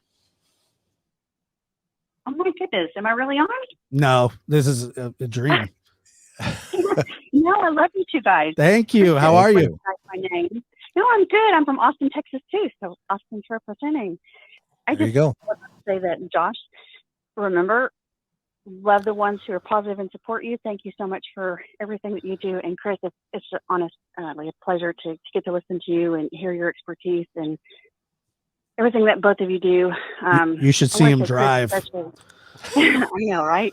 I want to say, Chris, I especially want to thank you for being an example and teaching me how to have compassion for individuals who have done horrible things and maybe evil people, but remembering to treat them with respect and kindness and compassion. I thank you so much for teaching me that and being an example. And that really is something that has helped me to have humility for people, because we all need that. Thank you for saying that. That's very kind of you, and I'm glad that we're hopefully learning from each other. That's for sure. Yeah, absolutely. Yeah. You know me as Erin with the big red bun. Oh yeah. I love it. Thank you. Yeah. So now you know I can. Yeah, I can now. I got your voice now. Yeah, I'm a Texas girl. So anyway, I didn't expect to get in, so I'm just blessed we went for a walk, and I was listening to you guys all the way during the walk, and now we're home and the kids are in bed, and I was like, well, I'll try to call, but I won't get in. And so, you're in. There you go. The universe is on schedule. Yourself, Chris.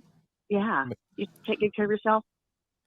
I am. I'm. You know what? I'm doing really well. I had. I had an incident that put me in the hospital for some time, and fortunately, my sister.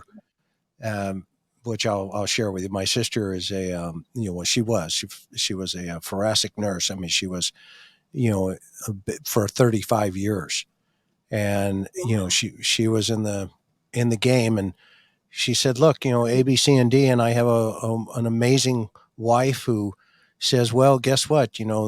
Unlike Josh, you can't eat any more corn dogs for a little while, and just kind of let that happen. Oh, you are? Okay. Thank you for your service. Yeah. Thank you. Yes, and that's why I'm always so concerned. I'm like, make sure you're taking care of yourself. Yeah, Chris, no more corn dogs. Hey, can you hang on just for a second? What kind of sauce would you like? Okay. So anyway, thank you so much. You gals and guys are just amazing. I mean, I had amazing care, and I have lost about 25 pounds. My blood pressure is completely 100% under control. I have an amazing, team that helped me. But it's because of people like you that have kept people like me going. So thank you for that. And I'm grateful. Oh, you're welcome. It's just good exercise every day. A little bit helps. Yes, ma'am. Yes, ma'am. Yeah, Thank you. You got to chase Buddy around everywhere. Yeah. No, Well, I he's a had nut job. when I was pregnant with my son, so I know what 230 over 130 feels like. It doesn't feel Yeah. good. So Yes, ma'am. I just watch Yeah. out for that blood pressure and stay healthy. So It's it's the a job. pleasure. It's the Josh, gift I that just keeps on giving. Yeah, we got to love each other and have compassion, even for people we don't really like.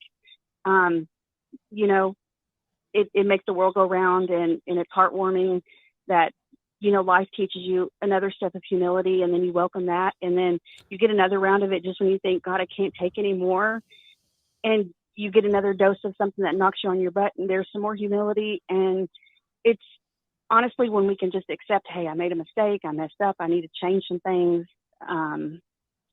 When we allow ourselves to be taught and molded and refined, it's when we become better people. And I think that's what everybody needs, to just stop with this mess of hating on people that we don't know if they're innocent or guilty. Yes, likely something happened to little Summer, but at the same time, we have to have compassion for people because there's a whole ball of wax here. And I'm not supporting or hating the situation. I'm just saying that I have learned from you by saying we need to have compassion and respect for people. When you explained a while back when you started the YouTube channel that we have compassion and respect for criminals, even, that hit me hard, because I thought I did, and now I want to have even more. And sometimes and thank you for saying that, because I think we miss that in today's world where, okay, we don't agree with, what the human spirit is capable of doing. And you see it all the time as a nurse, right? I mean, in terms of, even bad guys still have to go in the ICU or the ER. Yep. And while they're in there, though, they're human beings. And it's our responsibility and your responsibility to keep them going. Now, post that, then that's when they have to, reap the rewards of their behavior. And, you can look at the adversary right in the eyes and say, I know who you are. Okay. But I'm not going to play the game today, but I will treat you with respect. And that's when, that believe it or not, to them, that's harder to get over than to tell you what they did wrong. So that's just my 2 cents, but what a great call. And thank you for your kindness. You're amazing. Yes. Thank you. I'll talk to you guys later. Take care. Have a good one. All right, bye. Chris, you lost 25 pounds. What'd you do? Get a haircut? Yeah, I actually did. Yeah. I got a McFluff, and, they looked at me and said, you want the Mo, the curly, or the Larry? I said, I'll take the Larry. And you got the John Belushi. The John Belushi samurai. Right. And those of us who know who the samurai chef is, go ahead. Yeah. Well, when we had the party yesterday, I saw some people I hadn't seen in a while, and I wasn't wearing a hat. I was just flowing.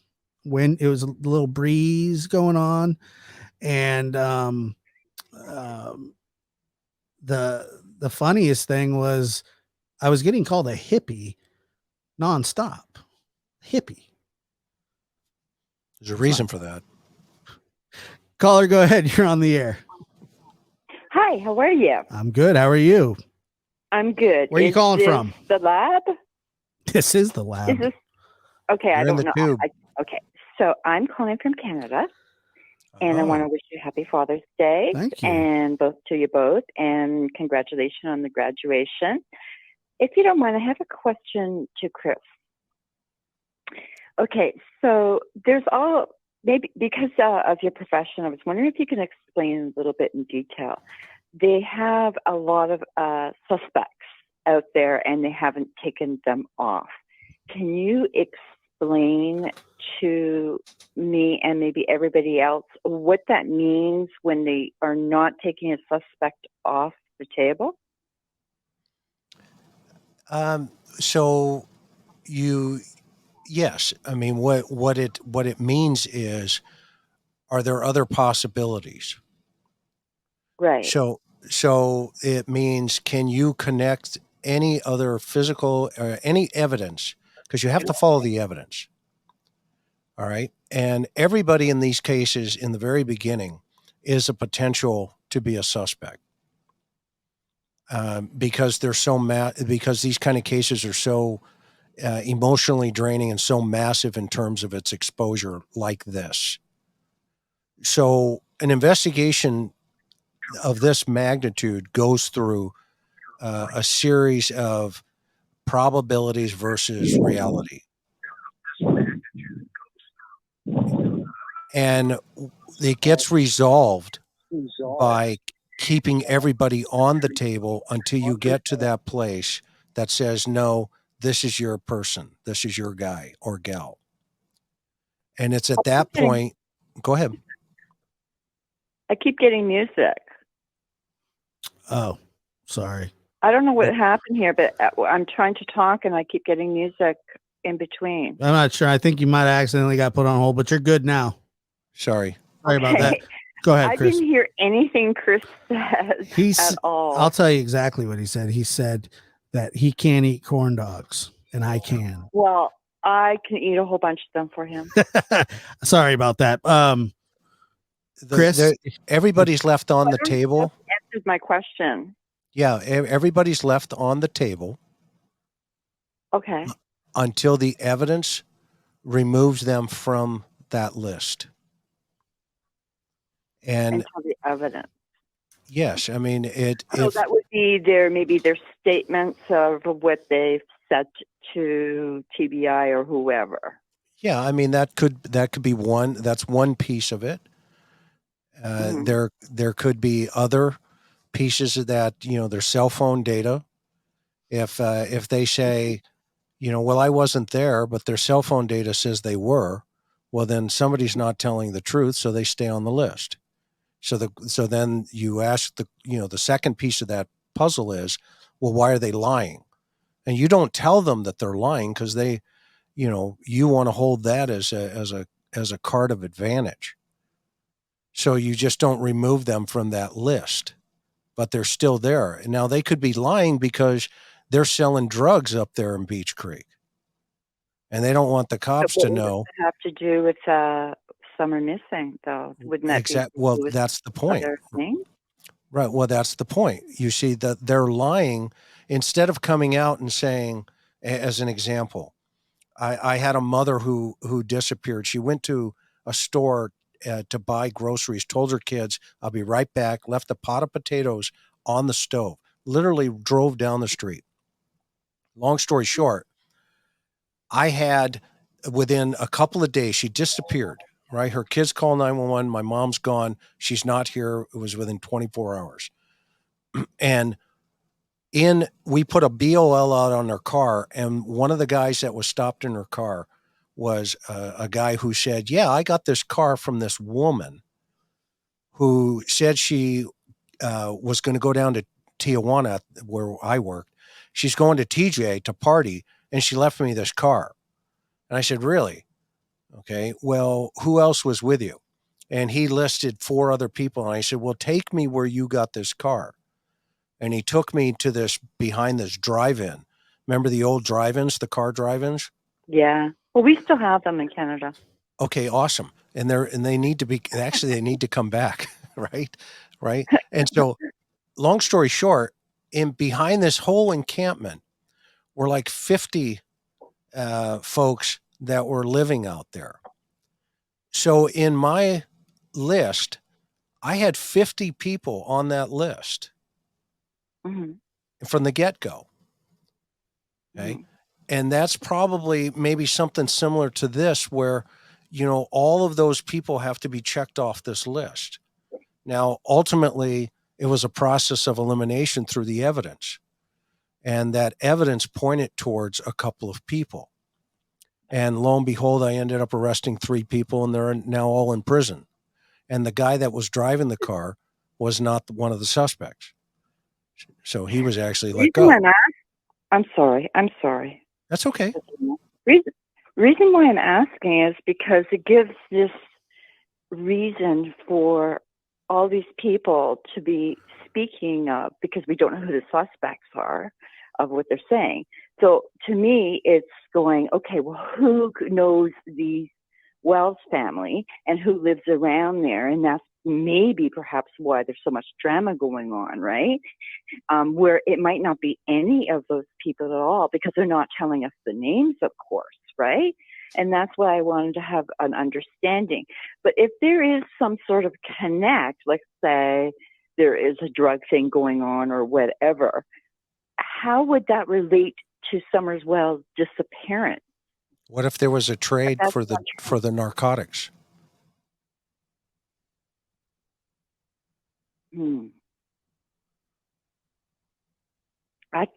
That'd be really weird for a parent to do that, to give up a child for narcotics. I totally agree. Have you seen something like that? Yeah, it happens all the time. It happens all the time. People trade children for drugs. Yeah. Children trade children for sex. Yeah, I don't like going in that topic. I know that's your... But I mean, that's worse than the drugs, right? I mean, so yes, to help you understand that. And this is a great question, by the way. And we really appreciate your call because it's a legit question, but yeah, unfortunately, the human spirit is capable of some really bad things, evil things. And so that's, that could potentially fall into that category. And well, if that's the case, that's probably another reason why it's taking so long. We don't know how many people are involved. Obviously, we've heard stories about this area since it's developed about, I don't know the term that you use on YouTube, but I think it's SOS or SO, SA. Yes, ma'am. Oh, right. So we know we've got those kind of people. We know that there's drugs going on and everything like that. So it would take them a long time to go through that whole thing, because we might have Joe Schmo and whoever, and then they would be connected and they would have to try and figure out a bigger ring. And if it gets deeper into trafficking, it could take years, in my opinion. Yeah, no, it could. Those suspects. Pardon? No, I agree with you 100%. It could take quite some time, and that's why folks like you, who have a logical thought process, are so important, because it's patience that we. I understand that. Huh? I understand that. That's why I'm trying to say, like, people should, need to take patience, because now you have given me an idea of how big this investigation has to be. In the meantime, they're searching for Summer, and, maybe the chicken comes before the egg, or wherever, however metaphor you want to say it. We might find Summer, right? But we still might not know who did it until they clear all these suspects up. So would that be the case? Like, what if they find Summer first? What would you think they would do? Well, then you don't have to go any further with the other individuals. You start looking, you zone in on the victim, and you sit down with the victim, and you look at her, and you say, Summer, we love you. We're glad you're here. Okay, what happened, honey? Are you talking about if she's deceased? Well, I didn't want to say that, but okay, I understand if Summer was alive and she could reiterate, that'd be great.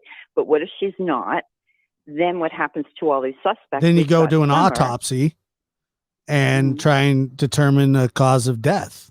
Well, how is that going to relate to the suspects?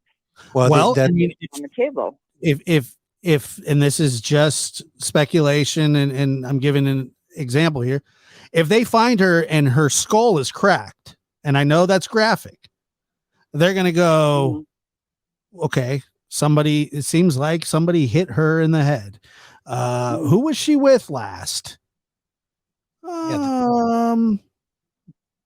Candace? But you'd have to have 100. You mentioned about court. You have to have factual evidence Mm-hmm. for someone to say, okay, and point a finger at somebody. We might just end up finding Summer and not knowing who did it. Circumstantial evidence is evidence, but I understand what you're saying.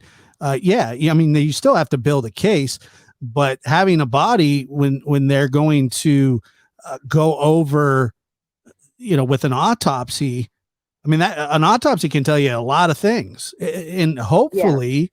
Yeah, I mean, we found that out with the Brian Laundrie case. Like, that was a shocker for us all to find out, in the discovery of his autopsy, how he actually, died, etc. Right? Sure, yeah. And so, sorry to interrupt there, Chris, but yeah, that I when they found the Dylan Redwine, they found him in 10 miles. This boy in Durango, Colorado. He was 10 miles up in the mountains, missing for 9 months before they found him.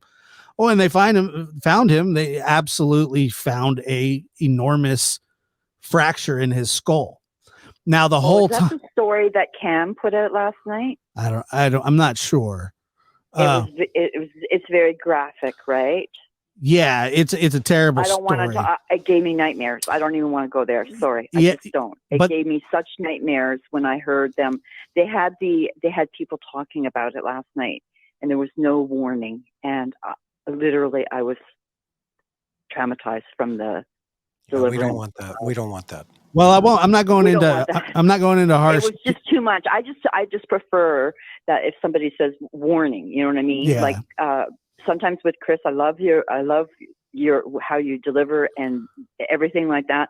But I appreciate when you do say this is going to be graphic, because there's certain sensitive things from experience of my own life that I just can't. I'm still traumatized from, right? Yeah, totally understandable, and you have every right to feel that way. That's for sure. And so, to sum up your real quick an answer for you. Okay. Mm-hmm. So if they discover her, warning. Okay, and it's a situation where unfortunately there has been physical violence to her body of some sort, then to Josh's point, the ME's office will come in. And by this time, quite frankly, it would be a forensic anthropologist. They would call in probably the FBI response team, the evidence response team, ERT. Okay, and they would process that scene like an archaeological dig, and they would look for fibers. That's how minutia the dig would become. And the technology today is so far advanced than it was 25, 30 years ago. And then from that, right. And so from that point forward, okay, now you have what you're dealing with. Okay. It's no longer we're looking for her.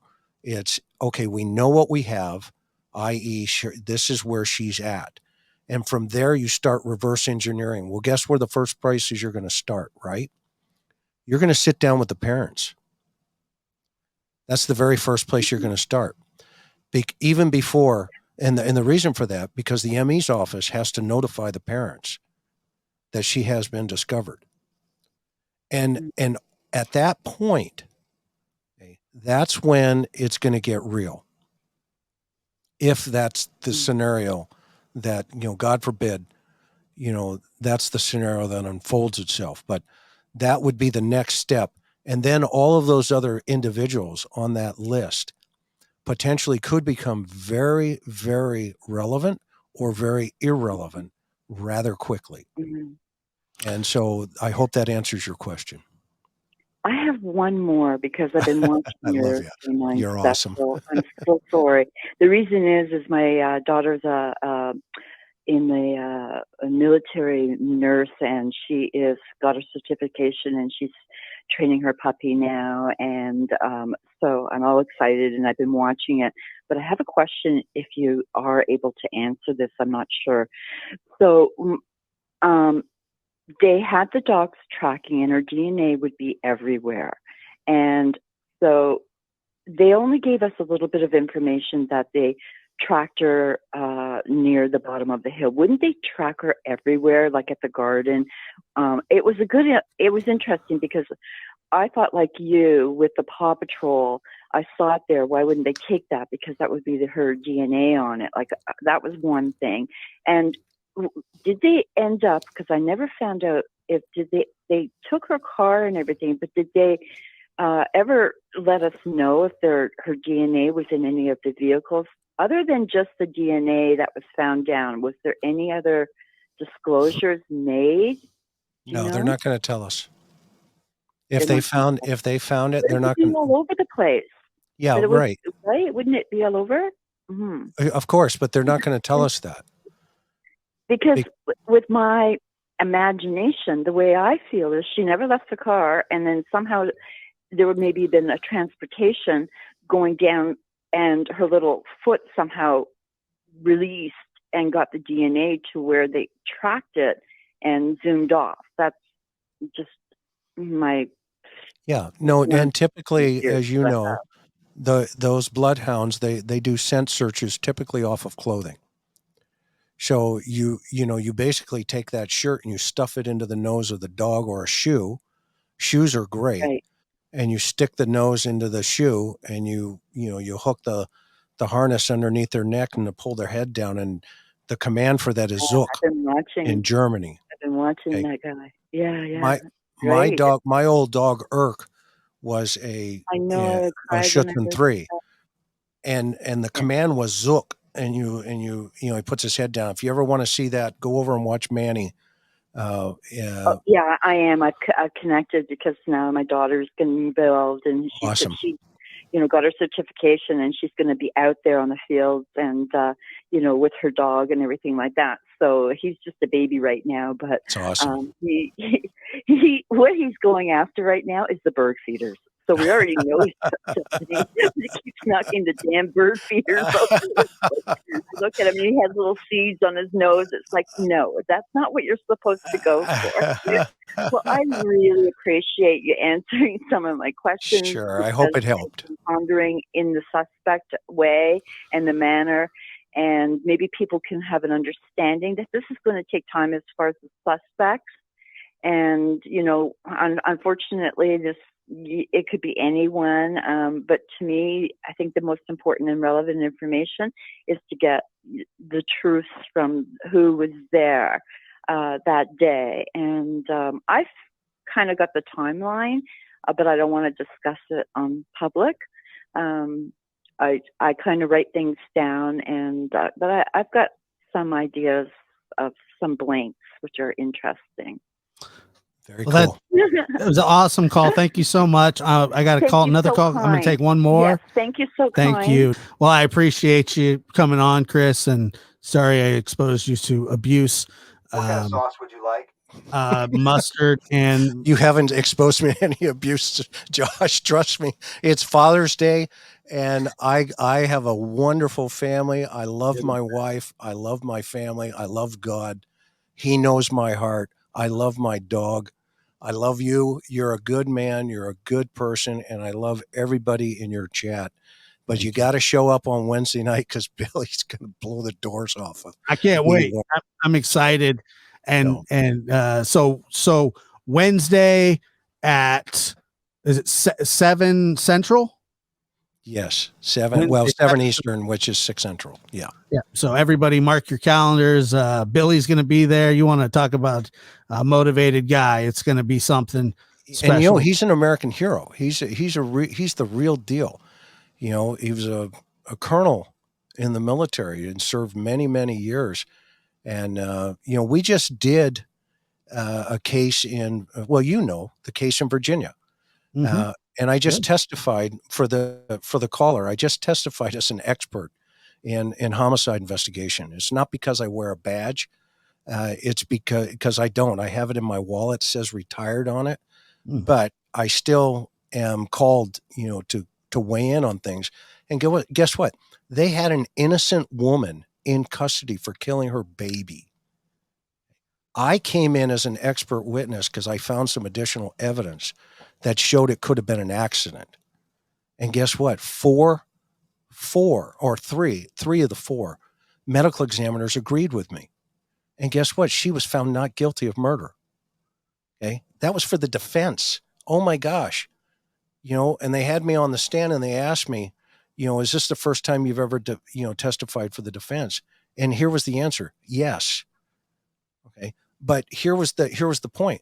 This was an innocent woman charged with murdering her baby.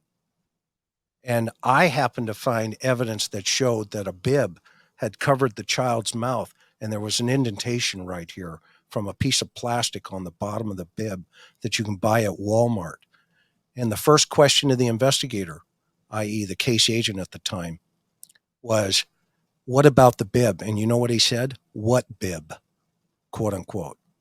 Well, I saw the bib on the ER when the baby was being brought into the emergency room by the parents. And she accidentally, it looked like, potentially could have suffocated as a result of that. And guess what? The jury agreed. So I hope that helps the caller. Are you telling me that you went with the evidence? Exactly. Is that what you're trying to convey here? Harsh reality. Well, I appreciate you coming on, Chris. We'll see you Wednesday. Thank you so much. Get some sleep. You've had a long day. Happy Father's Day. You're an inspiration to hundreds of thousands of people out there, whether you know it or not. And let's find Summer. Let's find Summer. Thank you, sir, for being here. All right. Take care, Chris. Thank you guys so much for being here. Don't hate me. It was all just a phone call. There is no investigation. This boy has... There's not, really? This to me. Don't say any F's and stuff. But I have to put her on the side. And I'm going to do what I got to do for me and my boys and my kids. Don't say any F's and stuff. There is no investigation. This boy has... There's not, really? This to me.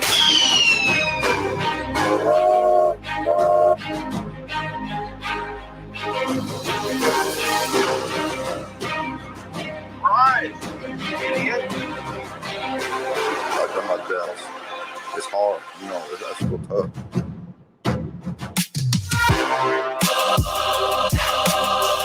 But I have to put her on the side and worry about the boys. I'm going to do what I got to do for me and my boys and my kids. Don't say any F's and stuff. Live from the NBD Production Studios, you're in the lab with your host, Joshua Diaz. There is no investigation. This boy has... There's not, really? This to me. But I have to put her on the side and worry about the boys. But I have to... There is no investigation. Don't say any F's and stuff.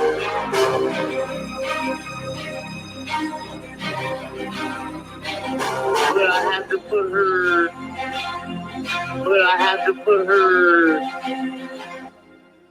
on the side and worry about the boys.